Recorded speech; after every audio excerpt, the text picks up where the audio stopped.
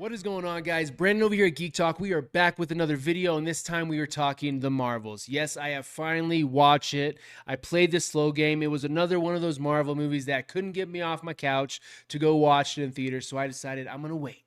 I'm going to let the pot brew. I'm going to hear what people are saying about it, and then I will eventually watch it and form my own opinion. It's pretty much just like every Marvel movie that's coming out. Just can't get me off the couch. So, people are losing their mind right now on Twitter, on X. People are talking about it. People are mad at each other. People are hating each other because, a certain a certain part of the fandom is getting blamed for why this movie bombed. People like me. It had nothing to do with this movie was supposed to be a sequel to a billion-dollar movie that got stuck between Infinity War and Endgame. It wasn't that. It was about three characters that nobody was really interested in, that didn't think could carry a movie. It wasn't that.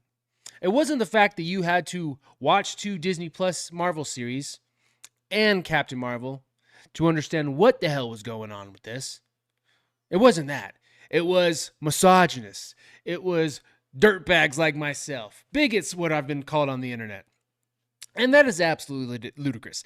This movie has its flaws. But let's start with the good. Kamala Khan, I think her name is, Miss Marvel. I have watched 2 episodes of her in Miss Marvel, and she really reminds me of a young Tom Holland when he first got cast as Spider-Man. Somebody you can tell is truly having fun with the role. I haven't seen her say anything negative about the fans. She actually seems pretty bright for her age on the internet, on Twitter. She says a lot of good things, and I'm rooting for her. I want to see her succeed.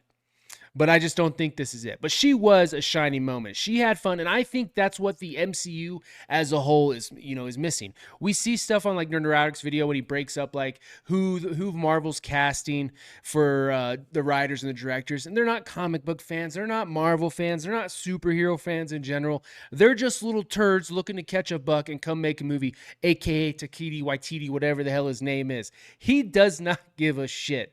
And it was clear in his work in Thor. It was trash, man. And I wish Marvel would get back to getting hiring people that want to do this, that want to have fun, and that care about the IP, and I just want to make good movies. So she was a shining moment of this film. Another one, I think Brie Larson got better at acting. I think she did. There was moments where I was like, Brie, you go, girl. And then there were other moments where I was like, oh shit. Yep, she's about as dry as like the Sahara Desert. Like she has no facial expressions. She has no like charisma about her. She has no action, and it's just Brie Larson.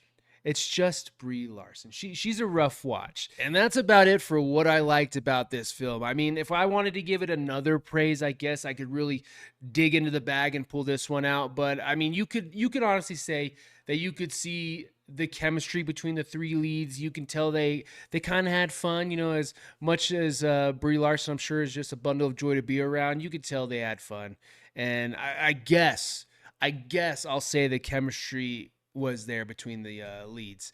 But other than that, dude, I mean, we got to stop making excuses for these large companies like Marvel for these shit movies they're pumping out, because they really just care about quantity over quality. They don't care about quality whatsoever right now. They just want to take advantage of the IP and pump movies out, man. After Phase 4, outside of Spider-Man and maybe Guardians of the Galaxy, it's really gone downhill with quality-wise. I mean, just for this movie, we can talk about the CGI, the special effects, dude. Absolute trash, but that's no shocker. Whether it be a TV show, whether it be one of their movies, you can tell Marvel is just half-assing it. And I don't know if it's just, once again, who they're hiring, their CGI. I'm not smart. I don't know the proper terms. But the people putting this shit together and doing all the effects and the CGI, do they even care? It doesn't really seem like it, because there were moments in this movie where it's just really clunky and jumpy and just really trash. I mean, you are a multi-billion-dollar company. You should have the best of everything, and you don't. But also, with how bad things have been going for you, with your theme parks, with your movies, with everything, how you've been treating the fans, you're not making much money, Disney. You're really not. And then you got the whole Gina Carano stuff going on, so now I'm sure you're really... Gosh, it's just I don't know I don't know where they're spending their money. Once again, Marvel, and I'm not gonna knock this film too much for it because this seems to be the norm when it comes to Marvel, but just forgettable villains. This villain was once again very dry.